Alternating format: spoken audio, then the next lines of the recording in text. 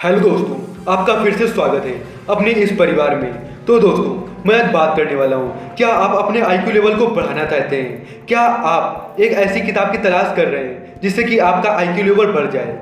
तो मैं आज आपको बताने वाला हूँ कि आपने इमोशनल इंटेलिजेंस को बढ़ाने के लिए आपको 4 बातों को समझना होगा।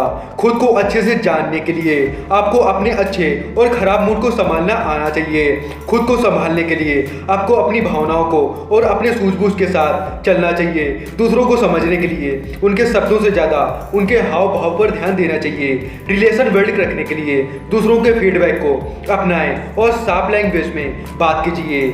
तो हाँ दोस्तों, मैं आज बात करने वाला हूँ कि इमोशनल इंटेलिजेंस में हम देखेंगे किस तरह से आप अपनी इमोशनल इंटेलिजेंस को बढ़ा सकते हैं। ये किताब हमें उन 4 पहलुओं के बारे में बताती है जिस पर ध्यान देकर कोई भी व्यक्ति अपनी इमोशनल इंटेलिजेंस को बेहतर बनाकर अच्छे रिलेशन बिल्ड कर सकता है। क्या आप इमोशनल इंटेलिजेंस बढ़ाने के तरीके जानना चाहते हैं? क्या आप अपने रिश्तों को मजबूत बनाना चाहते हैं, या फिर क्या आप खुद को समझना सीखना चाहते हैं? तो ये बुक आपके लिए ही है।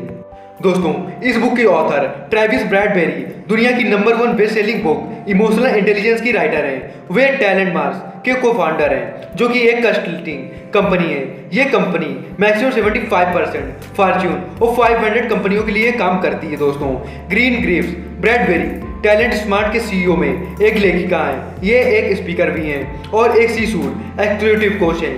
वो लोगों को इमोशनल इंटेलिजेंस के बारे में बताती हैं।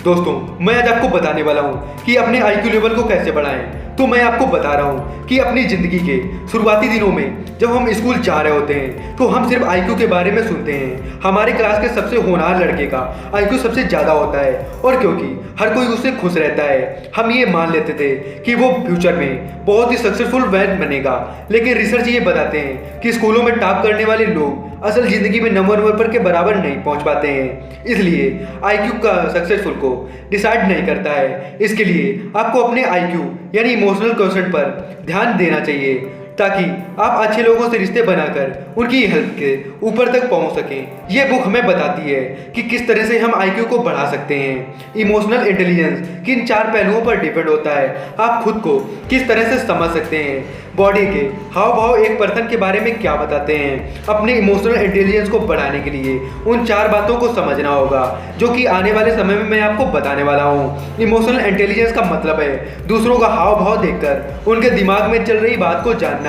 शायद आपने कुछ लोगों को कहते हुए सुना होगा कि बस 5 मिनट तक बात कर ले, उस आदमी के बारे में हम सब कुछ बता सकते हैं। इस तरह के लोग दूसरों को पढ़ने में और उनसे अच्छे रिश्ते बनाने में माहिर होते हैं। अगर आपको भी इस तरह की खुशी और अपने अंदर पैदा होनी है तो आपको अपनी इमोशनल इंटेलिजेंस पर ध्यान देना होगा। इसके 4 पहलू हैं। सबसे पहलू आप खुद हैं, यानी कि उसे बढ़ाने के लिए आपको सबसे पहले खुद की भावनाओं को समझना होगा।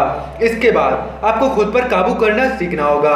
आपको खुद को उन हालातों में रहना होगा जिसमें आप अच्छा महसूस करते हो, ताकि आप अपना आपा खोने से बच सकें। तीसरे पहलू में मैं आपको बताऊंगा कि आपको समाज को समझना होगा। इसका मतलब है कि आपको दूसरों की भावनाओं को समझना सीखना होगा। आपको यह जानना होगा कि क्या बोलने से उन्हें गुस्सा आता है और क्या बोलने से वह गुड फील करते हैं। उनके बॉडी में कि हाव भाव पर ध्यान देना होगा। ये देखिए कि गुस्सा होने से पहले वे किस तरह की हरकतें करते हैं। और लास्ट में आपको रिश्ते बनाने पर ध्यान देना होगा। जब आपको दूसरों को अच्छे से समझने लगे तो वक्त आ गया है कि आप उन लोगों से अच्छे रिश्ते बनाएं। अगर आपको पता लग जाए कि क्या बोलने से एक व्यक्ति अच्छा महसूस करता है और क्या बोलने से उन्हें गुस्सा आता है, तो आप उससे पहले वो बातें कर सकते हैं जो उसे अच्छी लगें और उससे अच्छे रिश्ते बना सकते हैं। तो दोस्तों, मैं आपको बताने वाला हूँ कि खुद को अच्छे से जानने के लिए आपको अपने अच्छे और खराब मूड को संभालना आना चाहिए। अगर इस दुनिया में कोई भी पर्सन जिसके साथ हम अपना सबसे ज़्यादा समय स्पेंड करते हैं तो वो हम खुद हैं। हम अपने आप साथ में रहते हैं, लेकिन क्या आप खुद को समझते हैं? क्या आप खुद को संभाल पाते हैं? इसके लिए सबसे पहले आपको ये देखना होगा कि आप जो कुछ भी फील कर रहे होते हैं उसे क्यों महसूस कर रहे होते हैं और किस हालात में फील कर रहे होते हैं। अगर आपको बहुत ही ज़्यादा गुस्सा आता है और बहुत ही ज़्यादा डिप्रेशन में रहते हैं तो क्यों आप रहते हैं? क्यों आपको ज़्यादा गुस्सा आता है, उसके आने पर आप क्या करते हैं, और सबसे ज़रूरी बात, आपको खुद के किस तरह से संभालते हैं। बहुत बार हमारे दिन की शुरुआत अच्छी नहीं होती है, हमारी सुबह किसी से बहस हो जाती है या फिर कुछ गड़बड़ हो जाता है जिससे हमारा मूड खराब हो जाता है, फिर हमें सारा दिन खराबी फील होता है। जब हम छोटी छोटी बातों पर गुस्सा करने लगते हैं और अपने काम पर सही से ध्यान नहीं लगा पाते हैं। तो दोस्तों, इस तरह का मूड बनने पर आपको खुद से ये कहना है कि ये हमेशा के लिए आपके साथ नहीं रहेगा। इससे पहले भी आपका मूड खराब हुआ है और आप उससे बाहर निकल कर आए हैं। आप ये सोचिए कि किस तरह से आप अपने मूड को ठीक कर सकते हैं या कम से कम उसे शांत कर सकते हैं। ठीक यही काम आपको खुश रहने पर भी करना है। जब हम खुश रहते हैं तो हम खुद से अलग तरह के वादे करने लगते हैं। हम जल्दीबाजी में आकर फैसले लेने लगते हैं और ज़्यादा सोचते नहीं हैं। हम उस समय इतना गुड फील कर रहे होते हैं कि हम बुरी चीज़ों पर ध्यान ही नहीं देते हैं और गलत फैसले ले लेते हैं। इसलिए इस तरह के हालात में भी अपना आपा मत खोइए। ये देखिए कि आप जो फैसले कर रहे होते हैं उसके नतीजे क्या हो सकते हैं। बिना नतीजों के बारे में सोचे कभी फैसला मत लीजिए। आप चाहे आप उस समय कितना भी अच्छा फील कर रहे होते हैं। तो दोस्तों, मैं आपको बताऊंगा कि खुद को संभालने के लिए आपको अपनी भावनाओं को और अपने सूझबूझ को साथ लेकर चलना होगा। क्या आपके साथ कभी ऐसा होता है कि आपको गुस्सा आने लगता है और फिर आपको लगता है कि आप उसे काबू ही नहीं कर पा रहे हैं? क्या कभी डिप्रेशन में जाने के बाद आप बहुत नेगेटिव सोचने लगते हैं और उससे निकल ही नहीं पाते हैं? अगर हाँ, तो इसका मतलब है कि आपको खुद को काबू करना सीखना होगा। जब भी आपको कभी मुश्किल फैसले लेने हो और आप अपनी भावनाओं और अपनी सूझबूझ के बीच में आकर फंस जाएं, तो इस तरीके को आप अपनाकर उसका हल निकाल सकते हैं। तो दोस्तों, मैं आपको एक प्रैक्टिकल चीज़ बताने वाला हूं कि आप एक पेज लें और उस पर 2 कॉलम बनाइए। एक कॉलम में उन भावनाओं को दिखाएं जो आप उस फैसले को लेकर उसे पहले महसूस कर रहे होते हैं, और दूसरे कॉलम में ये लिखिए कि आपकी सूझबूझ क्या कर रही है। इसके बाद ये देखिए कि नतीजों के हिसाब से कौन सा फैसला ज़्यादा सही होगा।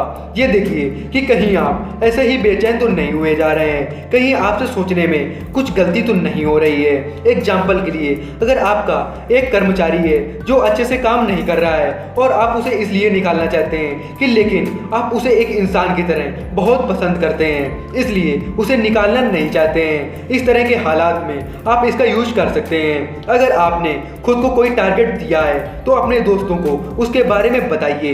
इससे आपके दोस्त हारने पर आपको जिम्मेदार ठहराएंगे और हार के उस शर्म से बचने के लिए आप अपने काम को करने लगेंगे। इस तरह से आप खुद को रास्ते से भटकने से बचा सकते हैं। तो मैं दोस्तों बताता हूँ कि दूसरों को समझने के लिए उनके वर्डों में ज़्यादा उनके हाव भाव पर ध्यान देना होगा। बहुत से लोग सामने वाले को देखकर उसके मूड के बारे में बता देते हैं। यह किसी तरह की जादूगरी नहीं है और शरीर के बहुत कुछ खास तरह के हाव भाव को देखकर आप भी ये बता सकते हैं। तो आइए देखते हैं ये कैसे किया जा सकता है। तो सबसे पहले उसके सिर से लेकर पैर तक उसकी हर अंग को देखिए और देखिए कि वो क्या कर रहा है। उसकी आंखें देखिए, अगर वो ज़्यादा आंखें नहीं मिला रहा है तो इसका मतलब होता है कि वो कुछ छिपा रहा है। उसके बाद उसके मुंह पर आइए, क्या वो मुस्कुरा रहा है? अगर हाँ, तो कहीं वो बनावटी हंसी तो नहीं है? जो मुस्कुराहट बनावटी होती है उसमें सहानुभूति नहीं झलकती है। इसके बाद उसके कंधे चेक कीजिए, अगर उसके कंधे झुके हुए हैं तो उसका आत्मविश्वास कम होता है, वो शर्मीला है और ज़्यादा बात नहीं करता है। एक बार आपको इस तरह के हाव भाव पता लग जाएंगे तो आप उसके हिसाब से खुद को ढाल सकते हैं। अगर आपको पता लग जाए कि वो व्यक्ति कुछ परेशान या फिर तनाव में है तो उससे ज़्यादा सवाल मत पूछिए, उससे जो भी कहिए प्यार भरी आवाज़ में कहिए। तो दोस्तों, ये वीडियो बस यहीं तक, इसका पार्ट 2 आपको कल मिल जाएगा। तो दोस्तों, ये वीडियो आपको कैसा लगा? अगर वीडियो अच्छा लगा हो तो वीडियो को लाइक करना बिल्कुल भी मत भूलें और चैनल को सब्सक्राइब भी कर दें। दोस्तों, मैं आपको बता दूं कि online earning per 200+ business ideas इस चैनल पर डाले जाएंगे, तो आप इस चैनल को सब्सक्राइब करना बिल्कुल भी ना भूलें और वीडियो को भी लाइक कर दें और कमेंट में आप वीडियो को और इससे आधारित क्वेश्चन पर आप अपने सुझाव बिल्कुल भी दे सकते हैं। तो दोस्तों, जय हिंद।